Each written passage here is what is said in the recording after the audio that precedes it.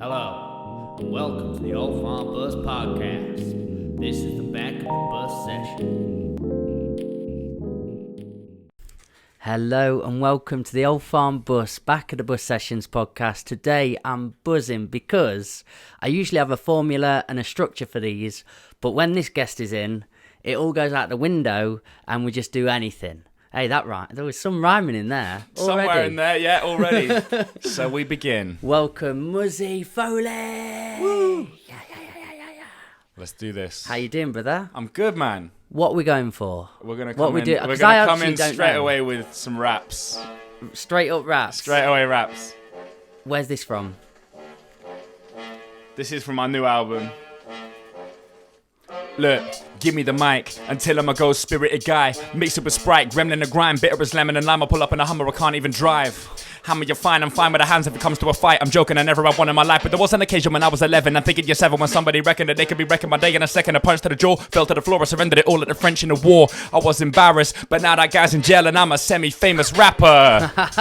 So I guess we're both behind bars, both working on sentences, but the difference, man, I'm rhyming hard. Michelin, how I dine with stars, sipping this fine wine in Prague. Check me out, the Hotel 5 stars. I'm joking, I stay in Premier Inn. I put a sock in her mouth, you can't tell me a thing. I mean, I'm joking again, I mean that was a gag. I mean, just try smoke me, nah, that's a drag. I swing into the rhythm like a young Miles Morales. Wonder where I land, I understand that I ain't Alice. Yeah, I tumble down the rabbit holes of rapid flows I'm rapping. Let me take it down to depths that you just can't fathom. Wow. Yeah, that's right, I'll be striking on the mic, you're under pressure, bet you buckle like Titan. Too soon, too rude, unfollow my YouTube. Can't work out the algorithm numbers are Sudoku. I mean, I never ever really was degenerate. A generous analysis from everything I ever did, depending on the evidence prevalent from my genesis. Will probably show somebody that was never putting effort in. My mind turns like propeller spins, hella quick, I mean quite fast. I can write rap, but what's the point of that? Yeah, what's the point of that? I can't go to Tesco without getting pointed at. I'm joking because it doesn't really feature. I don't make enough money to afford the new FIFA. I mean, I can afford it, I just can't justify the purchase. But anyway, let me tell you the menu that makes up my breakfast. That's nothing, that's meaning I'm hungry. I get the crowd jumpy, I'll tour Budapest and become the next European rap sensation. Can you spot me like Dalmatians? I'm lifting the weight of the rap game steadily. I need fans like sumos readily. I mean fans that support me heavily. I throw it up quick, then I serve incredibly. Vocab, slow jab, take another shot, then I go back straight to the bar soon.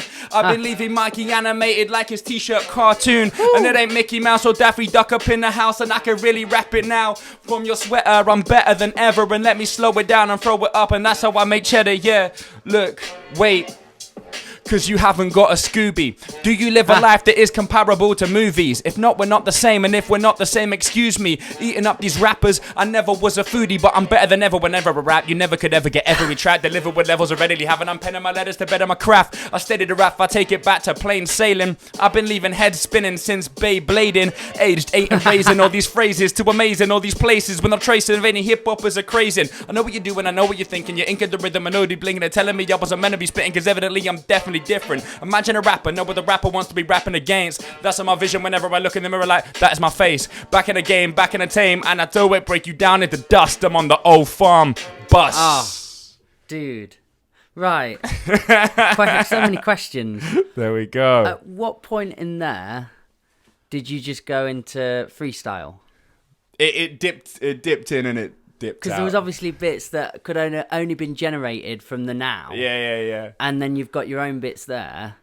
Because freestyle is the art form that just blows people away. As soon as you see in a room, you go into that mode and you're picking stuff out and people's tops and certain bits in the room. It's different to seeing a poem that's been crafted or something. Have you always had that ability? Because it's genius. Well, I'm not sure really, actually, whether I've always had it, but I know that from when I first began to rap, that was the way I was doing it. I wasn't writing down songs, memorizing them, rehearsing them, and then performing them. I was on my own, putting on instrumentals and rapping to myself. Just no one else was around, and so actually I entered the rap game through that side of things, and then actually later on, as I started believing that I could do this, then I started writing it down and going that way. But really, these days, I'm a combination of the two. That rap that you heard there was, again, that kind of blend of written and freestyle. That was mainly written. I think we should do a freestyle to show the difference. Go on then. So this is one we've done these types before, where you throw out the words. Because surely also, do you know when you go into the really, is it quick time? Yeah, double time. Time stuff. Surely that's all written. That is mainly pre-written. You can't. Some people can do it at that speed at freestyle. I mean, I can try. Someone like Harry Mack, he's probably like. I used to be so arrogant that whenever people were freestyling, I was like, oh, yeah, great, I can do it better than that. But Harry Mack is someone I watch. I'm like, yeah, I can't do it better than that. Like, he's Does sick. he put you in all like you do to me there? It's sort of, oh, that's another level of doing it. I think, yeah, he is another level. Okay. But it's like, he's doing this every day and he's practicing. It's like, I still believe in my head if I apply myself with that same kind of... Because I just do other things in between freestyling, like having a life. That's not a diss at Harry Mack. I'm just saying he's doing it a lot. But don't you think it is a certain skill that is innate freestyle? Because for me, I love writing and rapping and rhyming and doing it now. But it has to be sat in a room, really thought of. I need to know what I want to express, what I want to say. And then I spend weeks, months trying to word it and put it down. I'll get so flustered as soon as it's just going off the cuff. Do you not think that's just something you're built with? Because I feel the second I started to try and do that, my mind won't go quick enough. I think you can learn it. I think you can improve it. Okay. I think you might. Some people, their neurology maybe has a certain predisposition where it's more favourable towards freestyle. Like some people's brains, it's maybe easier.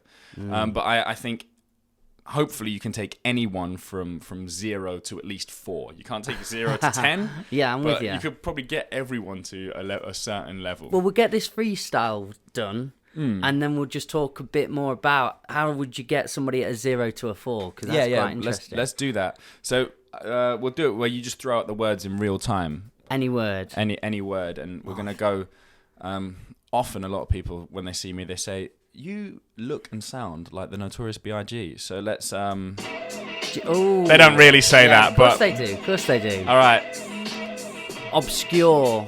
And I'm not obscure, for sure. I could just spin your jaw. I've been doing this for years. Obscure means hidden, and I am never hidden. I'm visible on the rhythm when I'm spitting. And I could take that passage overseas like the middle, but I'm living in the middle of a riddle when I'm dribbling my riddle. Let me tell you, I was doing this, telling stories like Balamori, and I'm doing it for glory. I could dribble up my story like a narrative. I'm Batman, that man, eating MCs like Pac-Man. I snap back. You could contact me on Snapchat, and that's that. Flashback, what you say, Crash Bandicoot, rapping tunes, that was me. I was after masks, I was chasing that up on my PS4. Take a detour for sure, down the corridor. I'm looking at the camera and I got stamina. I break a rapper through your parameters. I'm asthmatic, but my asper's never stopping me. Cause I know that I was running this and never running out of breath. I drag a rapper to his death upon the studio. I'm animated like it's Yu-Gi-Oh! When I be rapping with the newest flow. What was that one again? Visible. Yo, I'm visible. I'm visible, indivisible, meaning I can't be divided, meaning I am very lyrical. Always here, always there, you could never guess it. So sweet that I'm diabetic, and I got the strength like I'm Hercules. Flowing when I work the beats, no, I can just flow like the Euphrates. That's the river I deliver, it's a mystery. I know it's his story, or we could say history, because history is told by the victors. I can leave an earthquake and I can shake the Richter. Slick Rick when I'm on this ship, and my relationships are kinda steady. Yes, I'm flowing through the ocean, my emotion, I could travel like a potion down your gullet. No, I pull a rapper like a trigger, firing bullets. What was it? Disney. I could take you up to Disneyland, spin you till you're dizzy, and you be spinning around like you were Mickey Mouse. And I'm in the house chasing cheddar like the 3 Brian FLOW. That's a flow and I could trouble you if you haven't got one like me. Cause I could tell you it's quite likely that when I'm flowing, ain't nobody flowing quite like me. Monster. What was it? I'm a monster. I'm like Tony Soprano. F that, I'm a mobster. Leaving rappers red like a book, like a lobster. That's also the same shade of color and it's expensive. Yo, spray like deodorant, C2C in the air, C Foley with petroleum, oil, just stop oil. I'm like the king, but you can't stop royals. Lens, I can see it through these lens. Me and Mikey for a while been friends. We can drive in Mercedes, just like Benz, and the twists and the turns, and we write with pens, or we don't, or it's freestyle straight off the dome. I was doing this, I never had a contract on phones. It's like RESPECT. I can spell, that's why I'm on BBC. And you can see it with my new CD. And I'm rolling round, used to sell CDs from the boot. Cause I've got the discipline. Any magazine, open up, yep, he is in. New page from cover to cover. And I discovered that I'm back up on the beat like a lover. I'm riding this and I'm surprising this. What was it? I'm rare. What was it? Rare? Regret. Yeah, I start to regret that I couldn't hear the word called regret. So respect starts to disrespect every time I'm on the rhythm though. Now I'm on the next one. Give me your next one to flow. Emergency. Yo, and this emergency. Now most rappers always tend to rhyme emergency with 3rd degree burns, you see. But that is so played out. I could actually rhyme 3rd degree emergency with surgery. Cause I be burning these rappers. And I tell you what, my 3rd degree was my master's, then my PhD. And meaning I was earning up like what? Burning up like what? Burning up, I'm hot. Motion. Yeah, I'm moving through the motion, moving like locomotion. And my locomotive, my motive is loco, meaning that I'm crazy. 99 problems, even more than Jay-Z. Another beat's fading out, but you can't phase me. And you can't phase me. You could put this in the CD, still you could never play me. Wow, dude. that is crazy. That's really good. That's rhyming with Jay-Z there. Mate, you have to have so much confidence to go and do that, though.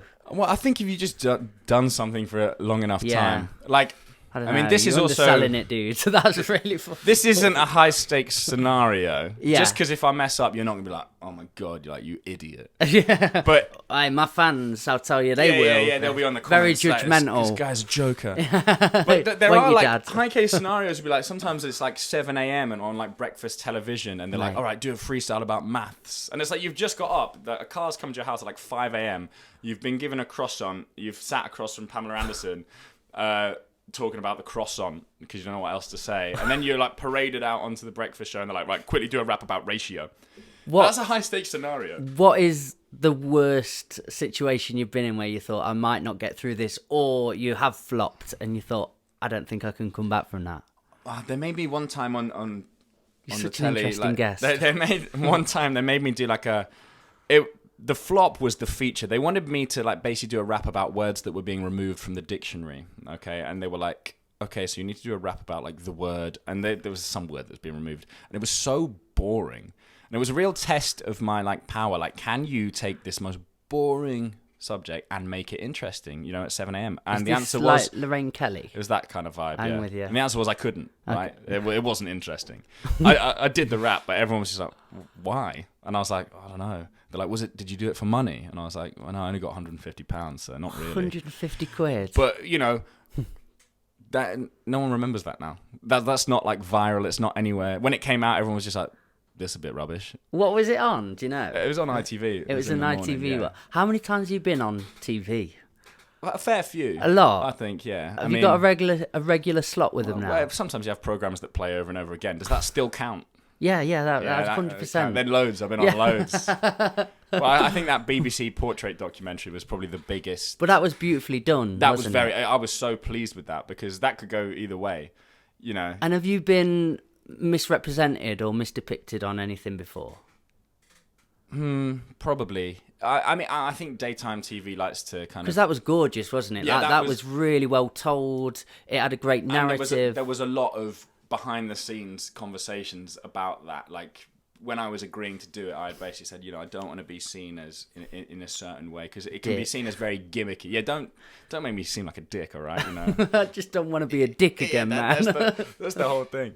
So I think they were very careful with their portrayal. But also, I'm probably like quite a multifaceted. That's an arrogant. Oh my God. You are, man. I'm so complicated. I'm so multifaceted. Like, oh my God, like you could never understand the got so complexity many of my layers. soul. But you know, I am different things. You know, in the classroom, I'm a certain persona because a teacher is a performer. It's a mask that you wear. You know, it's not necessarily the totality of who you are. But that's one side, you know. So if you're under 7, I represent a certain thing to you. Yeah. I represent, it's the man that raps the Gruffalo and the Bear Hunt and the Odd Octopus, and that's who he is. If you're between 7 and 18, I'm a different person. I'm kind of the guy who's bringing in drill raps about cartoons, or he's teaching you through a certain way. If you're an adult or you're my friend, you know, I'm the person you go down a pub with who, you know, embarrasses himself or trips over at the end of the night because he's drunk. You know, I'm not an alcoholic. But, you know, you are all these different things to different people. And How often are you drunk? Like right now. Yeah, good. Yeah. Just, you know. I like this version. Yeah. What about 65 plus? To them, I am, you know, someone that they would like their daughter to marry. Oh, Yeah. I can imagine it. I used to have that a lot. Yeah, Mate. the girls never wanted to get with me, but it was the grandparents that were like, you should be getting with him. That's it, you know, that's the demographic. And if not, just get with the grandparents. That's Yeah, a there was joke. that too. But, you know, the option's always there, isn't it? Gilf. I'm not coming on a podcast and saying gilf, all right? Unless, you know, you've got one. Available. Yeah, so hit us up at 07721. Can this be the next freestyle? Yeah, okay, all right. Let me spit it with the rap bar. Getting with anyone, even your grandma. And if you don't think the rap's mad, I'm not fussy. I'll still get your granddad. Oh, yeah. Yes. This is going viral. And I can't leave the verse alone. Yeah, where do I pull? In the nursing home. Apparently they're fuckfests. What? I've heard. No, they're No, not. honestly, I swear on my No, life, I they're listened to a not. podcast and it's wild. It's a true story, and I don't know the science behind it, but I know it's the real thing. That story is still insane. I mean, the mechanics of it are easier when she's holding the Zimmer frame. I'm talking through pain. I'm walking through pain. Did that so rampantly, now I walk with a cane. Like everyone else in here. I ain't talking Harry. Anyway, that's a bit too much baggage, but you know, Definitely gone south. still get married. Yeah, it's gone south. There's nothing you can't rap though. That's just been confirmed. If you want the genre of nursing home rampant orgy, There could be an album in this. there could be. I'm willing. Whether there should be is a different discussion. So, because are you a teacher full time? Well, I'm in schools full time, yeah. So Different schools, but have Yeah. you got a base? yeah, so my main school is an alternative provision in East London. So I'm there 3 days a week, and then I'm at a primary 1 day a week and a secondary 1 day a week as well. But different primaries, different secondaries. I sort of thing. have my base primary, my base secondary, and then every Wednesday I visit somewhere different around Amazing. the UK. So It's quite good that you get an experience of different schools and different ages a lot of the time as well, because especially with what you're doing with the PhD, you're getting a real good insight of how it's happening in different areas and places. yeah, I think the more you see, like the more you know. And Yeah. that's as true as an adult as it is for an infant. You know, when you're a baby, like your daughter Phoebe's age, the world is experienced through interaction in the immediacy, you know. The more she crawls and the more she sees, the more she learns. So children, their brains develop based on that immediacy of experience. And I think as adults, same kind of thing. The more we see, the more we know. That's why And then the more you know, the less you understand. yeah. How can a podcast have so much philosophy and then so much smut alongside Yeah, it? this, you know, well, that's planet beauty. Earth, isn't it? It's the parallel existences that go on. It But is yeah, with me and you on a bus together. well, that's what you're gonna get. But certainly, like when we're talking about the less you see, the less you know. When you think about kind of political ignorance or racism or xenophobia, these are not people who hold these opinions that have seen the world. You know, often people who complain most about immigration are people who've never met an immigrant. Yeah, 100%, You know, and they'll yeah. they'll be like, not on my watch. It's like your watch is your one house. Like you don't go anywhere, mate. Like. Not thinking of Boris here, are you? no. Not naming names. But it's always just like there was this guy the other day on Instagram who was like, so Complex, the magazine, had done a feature on 2 of my students who had just like, they were like rapping a Central C song, but a clean version of it, right? At a barbecue, and they're just going mad. And it was this beautiful moment of kind of childhood expression and they're like dancing and friendship. And then this guy comments, is one of the usual types. He's just like, how could you be teaching children about crime and murder? You should be ashamed. And then I was just like, all right, let me just test this theory. And I click on his profile. You know, it's like, yep. England flag. Yeah. I was like, oh, come on, mate. It's like 9 followers. God save the Queen. And there's always a quote like this, yeah. It's always a quote like, be kind, and then an England flag. It's like, be kind, get rid of the foreigners. And they see no cognitive dissonance or irony between the two standpoints. They're like, be kind to everyone, like mental health, yeah. But these guys, yeah, England flag, get rid of the foreigners.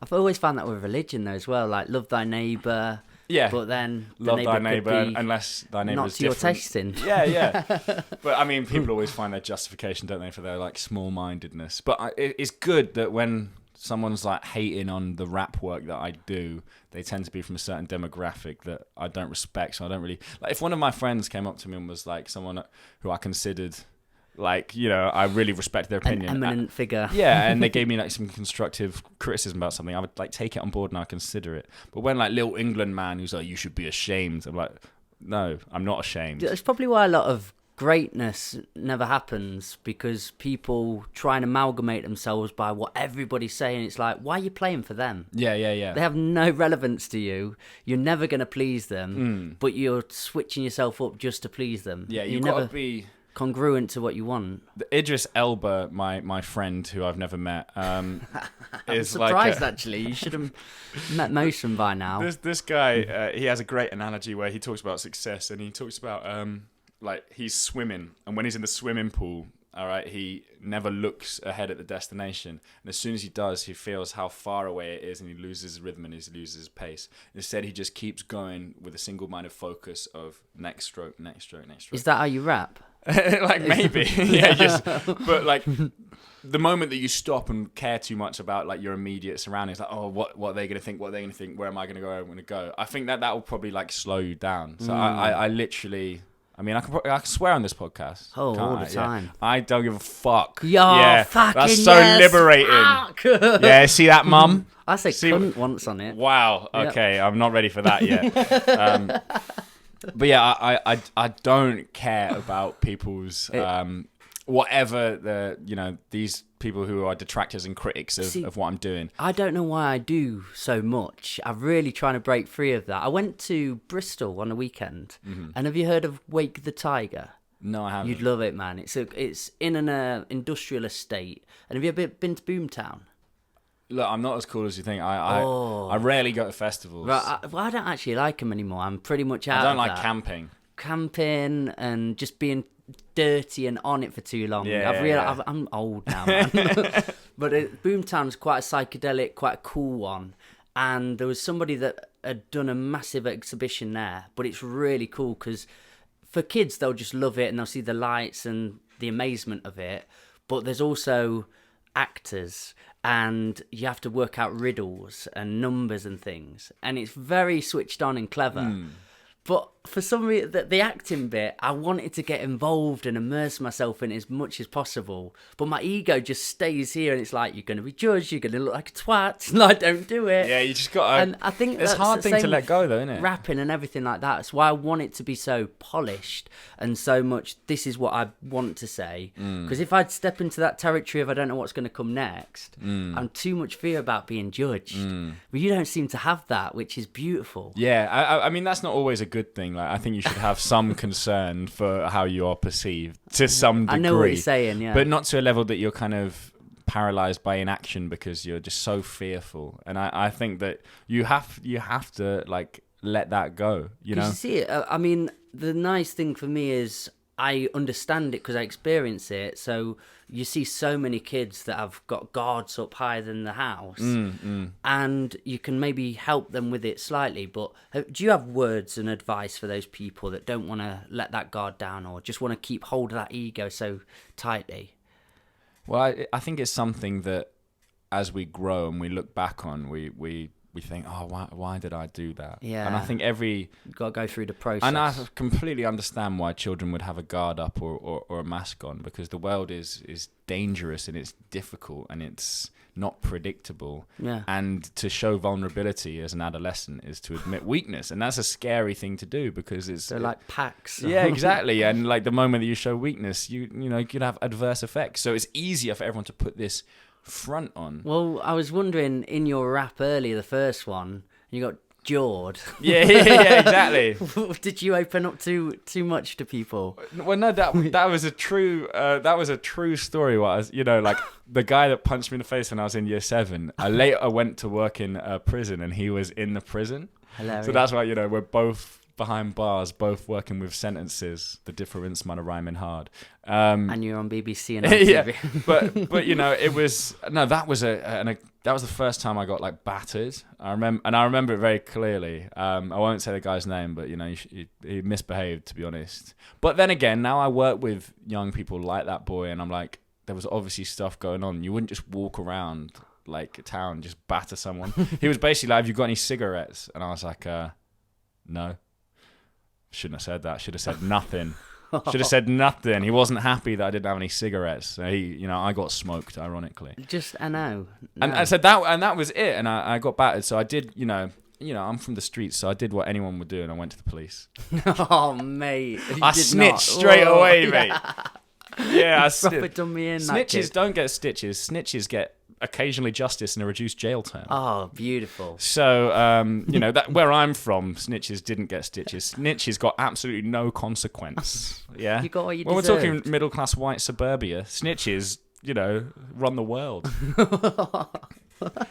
I bet you don't sound that cool when you tell that story to all your kids at school. Yeah, well, I'll just lie and I'll just say, what I did. I immediately learned to drive. We got in a car. We got an AK-47. We pulled up in his neighborhood, super soaked. When do your kids talk about you? Can they still see you as a teacher? Or when you're in class, are you Muzzy Foley, ITV? They live in kind of both worlds, because my social media is public as it has to be, because it's a public profile. Like, they can access any of it, So I have to make sure anything that is accessible, only certain bits of this podcast will be shared by me, right? Not the bit about the nurse in the home, or the bit where I'm swearing. That was the best bit. So only certain parts of my image are available to the public because the kids are on it. But yeah, they know me as their teacher, and they hopefully kind of respect that aspect of me. But they also know me for my work outside. But I think what they can see is that who I am outside the classroom with regards to hip hop, I am inside as well. It's like I bring a lot of my identity to my teaching. That doesn't mean I bring it all. Yeah. Like, you're not going in there talking about your personal life. You never go in and be like, "Oh, I'm tired today because I stayed up late because I had an argument with my girlfriend," or da-da-da-da-da. You should never bring that side of your personhood when to people share memes, it's like, be yourself. Yeah. Not your full self. Yeah, exactly. Context is key. Yeah, it's important to be authentic to the character who you are as a person. But that doesn't mean that you treat the classroom like it's just an extension of your social life, because it's not. Yeah, exactly. These kids are not your mates. And sometimes, you see that particularly with perhaps younger teachers coming through, and they conflate the idea of being liked with being respected. Dude, I've had this conversation really recent, because I think I've mentioned him a million to nauseum time on the podcast. I won't mention him. I'm not saying the name. Martin Illingworth, yeah. But he once called me out when we were at Hertford University teaching with all the kids, and it was during their summer period. They don't want to be there, but they're doing English because they've got to. And I was trying to be so matey with this about 3 or 4 years ago. But now we run this place and we have facilitators here. I've had to really learn that balance of respect and holding a bit of authority and stuff like that. And then when you get in the facilitators who are fairly young, I've seen them acting as the best mates and stuff. And you have to have that uncomfortable conversation of they need to know the hierarchy and the balance here. You can do it you can start strict, and you can start by establishing, I'm here to look after you and keep you safe, and these are the rules in place, and then you can move more towards a rapport. But if you start that other end and I'm your mate, we are, we're on the same level, and then that moment which inevitably will come, where you have to then be authoritarian and you have to say you've done this wrong. The student is going to feel betrayed, or that this relationship was established falsely, and actually you're doing a disservice to a young person by just moving in and be like, yeah, we're mates, or we're, because you're not. There is that difference. And, when I was a young teacher, I was on the wrong side of that, I reckon. And even now, my style is more towards that establishment of a rapport than being authoritarian and as strict. But when that needs to happen, I am that. You know, I don't seem like I'm that kind of guy who's going to be strict. And especially in your sessions as well, because I imagine it very quickly. The energy can just get hype and really far that way. But I do allow that to a certain point. But then, you know, you need somebody that can rein it in. Yeah. And I think that in my classes, generally, because the children are engaged, not always, but mostly, that there's less behaviour management I need to do.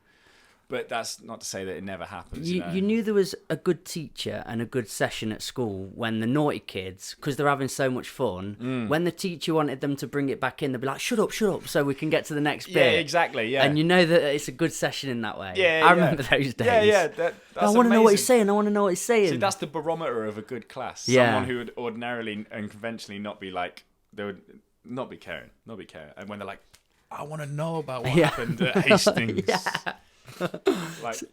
So, with your PhD, with your PhD, how are you getting time to go into all these schools, be a teacher at your own school, do these gigs? I see with Zohab the other day, so you're doing something amazing. You're always doing something amazing.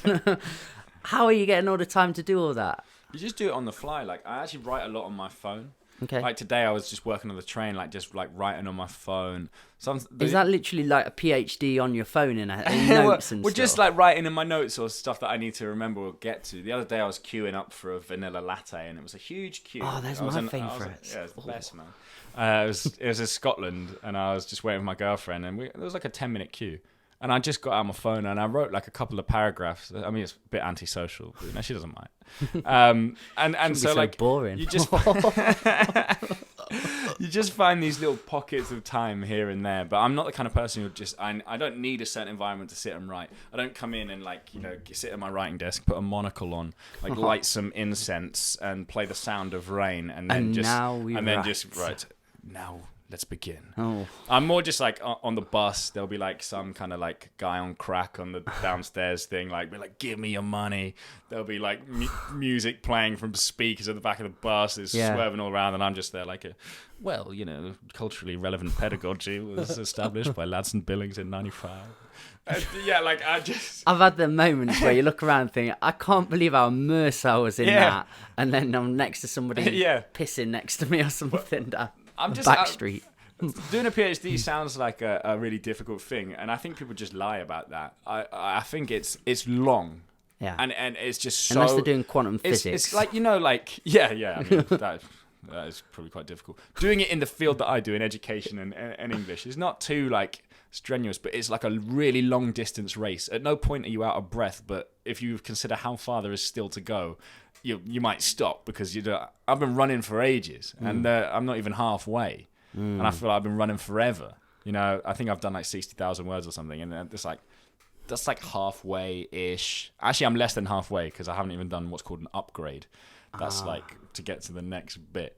So I think people can be put off by like the amount of time it takes. But if you love something, and it's like I love thinking about how hip hop can be applied to education, then it's not like a chore. Like it's interesting to me. Have you had some discoveries while doing it of recent? Have you had some revelations? Oh, I mean, I learn about like stuff all the time from like a theoretical perspective, and just stuff that I'd like never heard about. So you just encounter like how widespread hip hop is, that there are so many studies. I was reading about a study in like Samoa, a group of teachers bringing in like Maori language through rap in Samoa, and that kind of stuff. It's like every culture in the world and every community, there's in some form a bit of hip hop education going on. So it really is this like universal movement. In the UK, it seems like it's marginalized and it's small, but globally it's not. I just went to New York and like to the Bronx for a hip hop education conference. Yeah.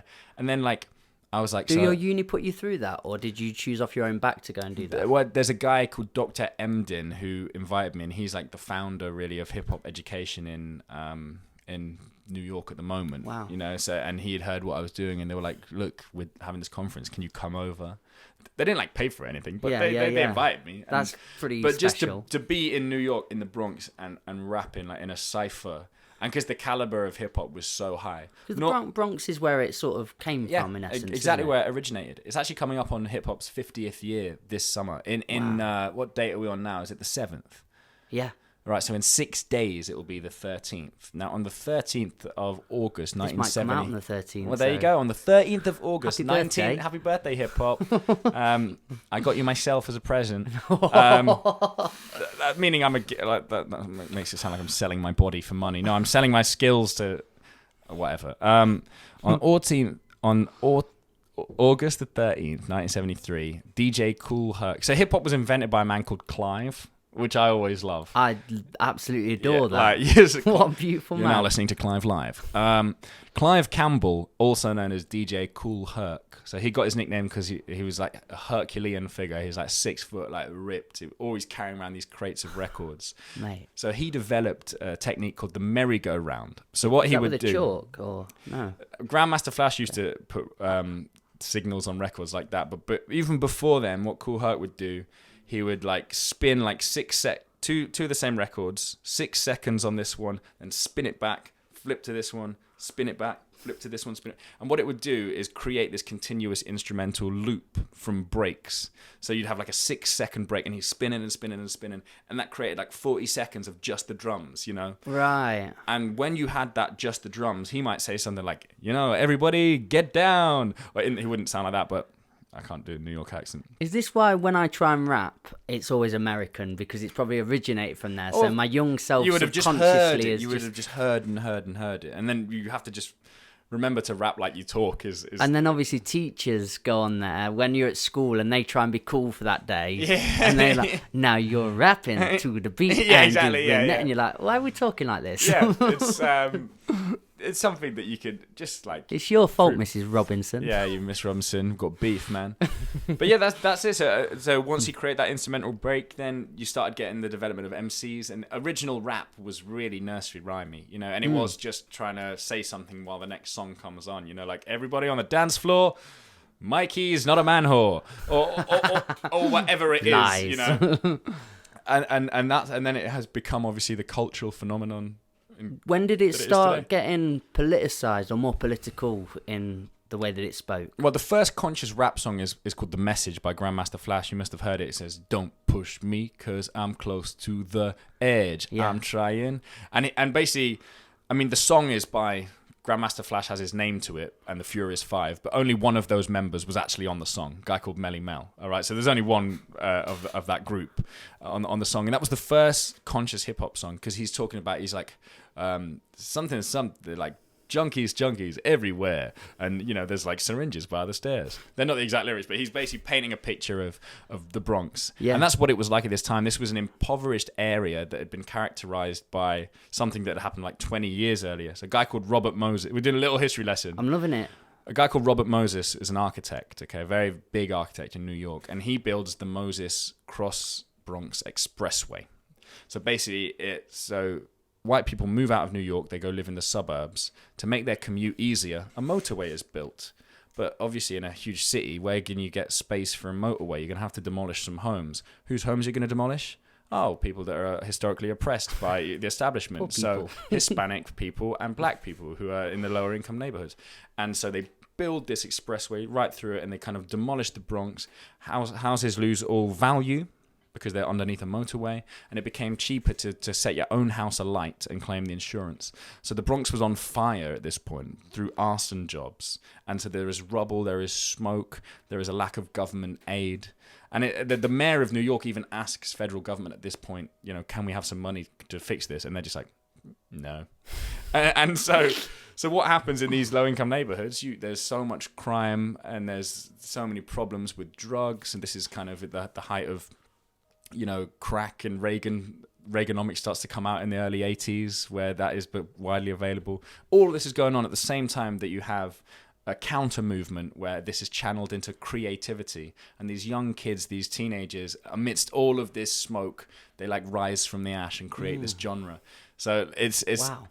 It's already political, even when they were just talking in the party. That itself was political because it's this counter movement of taking something and making it your own.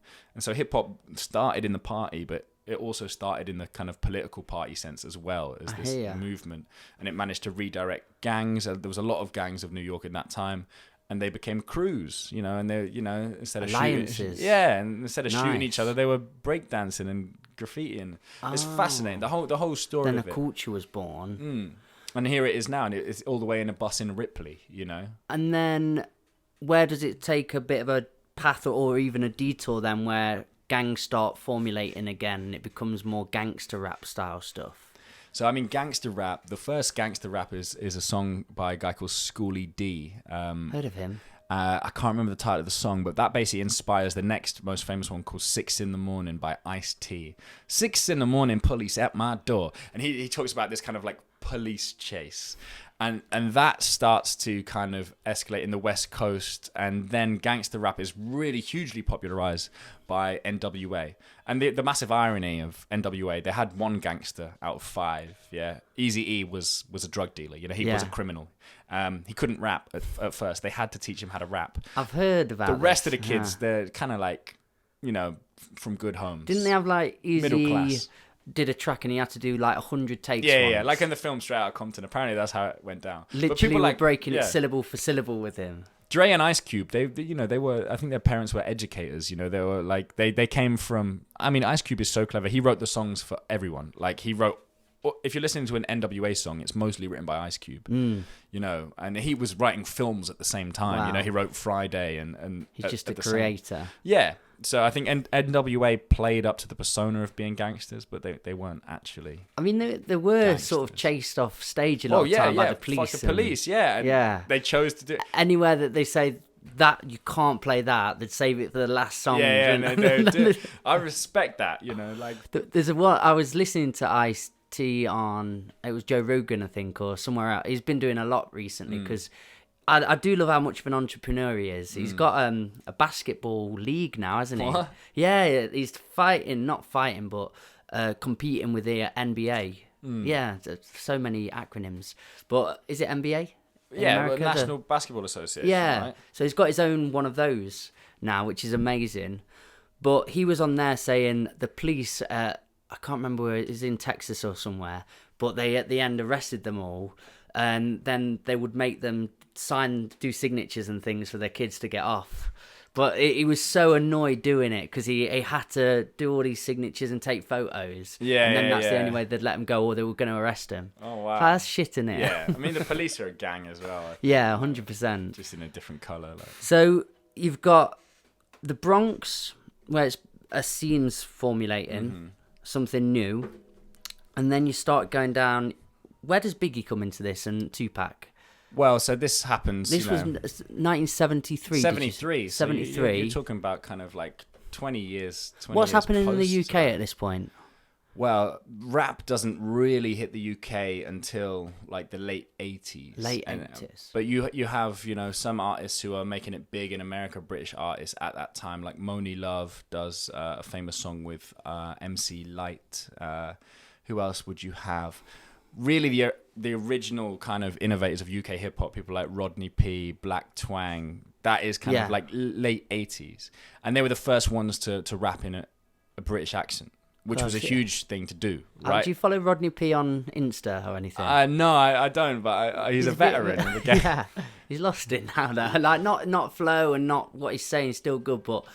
Or he had a brief period. He was on like a lot of drugs, wasn't he? Look, UK hip hop has this thing, where I think a lot of these guys have done too many drugs over too many years, and it's just like over stuff like COVID. There'll be the latest UK rapper to do another thing, be like, COVID doesn't exist, or you know, there'll be another conspiracy theory the next day, and you're just like, oh, you guys just like loved your music, but I think that. There's a bit of tinfoil hat. Yeah, I was watching some recently. And I thought, like, mate, you guys seem quite unwell.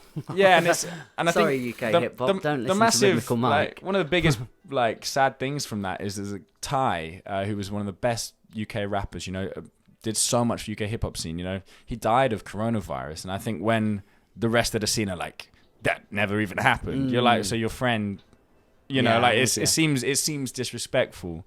But certainly there was some UK hip hop artist the other day.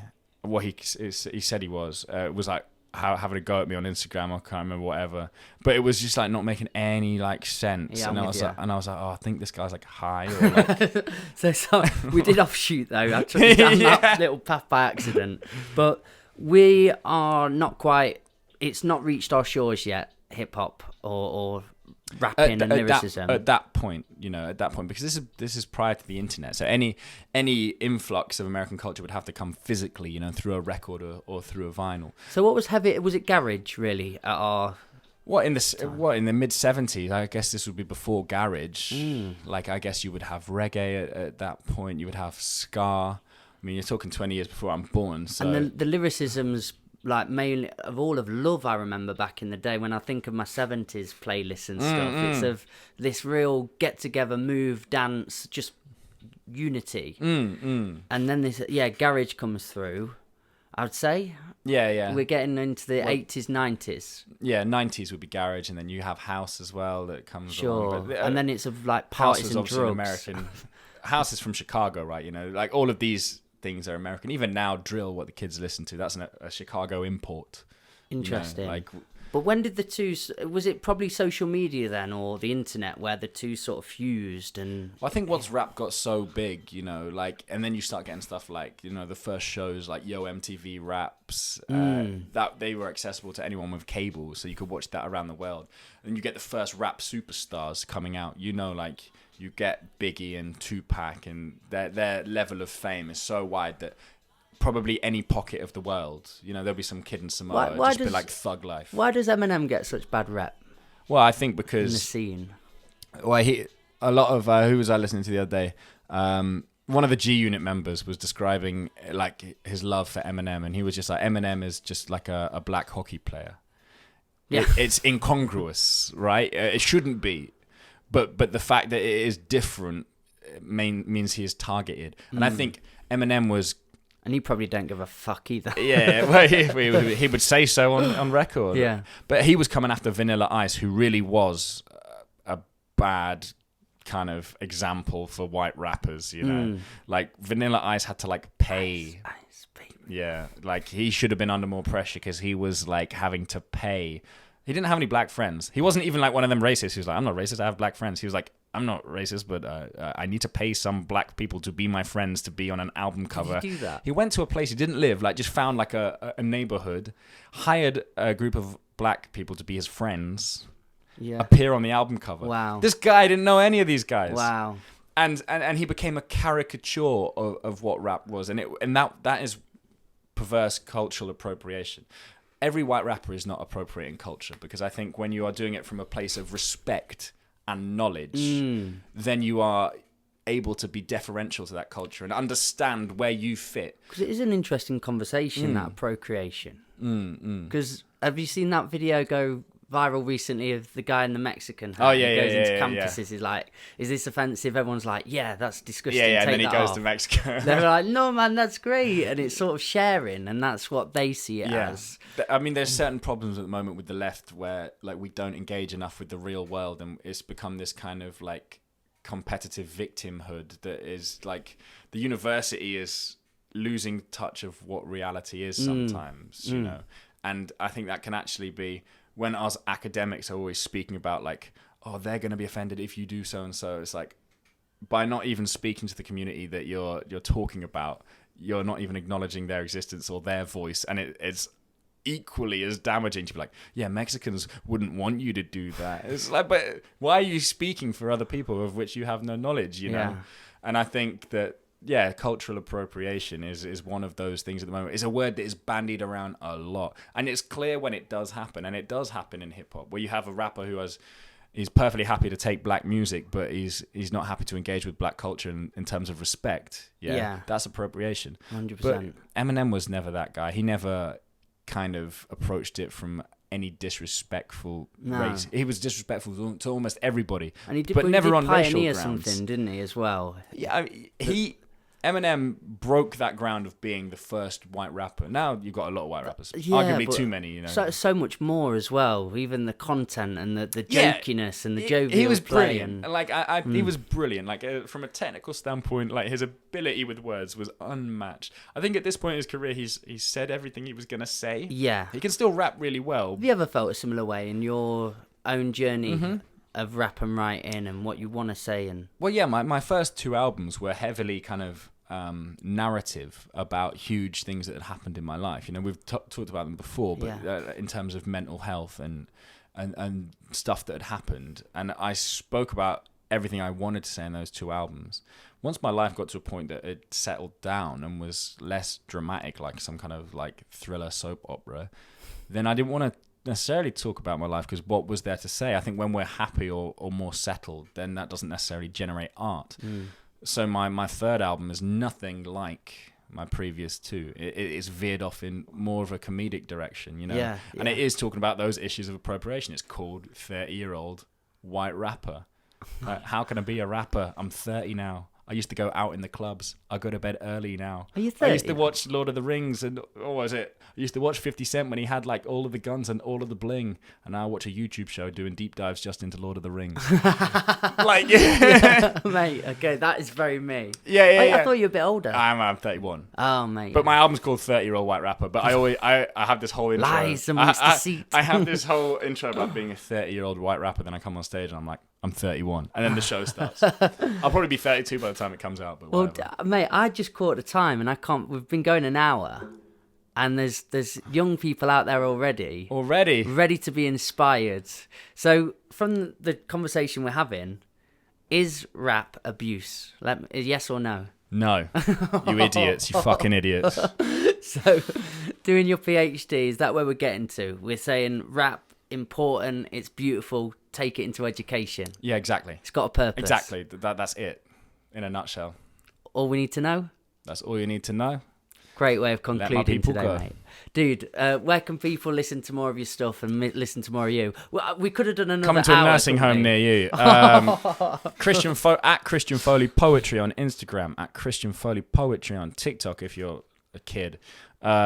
C Foley Poetry on Twitter, because my name was already taken by someone. Just to be honest, just Google it. Christian Foley Poetry, the OAP snatcher. Like it. Big love. I'll finish on this. Guys, you've been a part of the Old Farm Bus, Back of the Bus Sessions podcast. Guess what? Just be nice to one another. You're a beautiful set of buggers. See you later.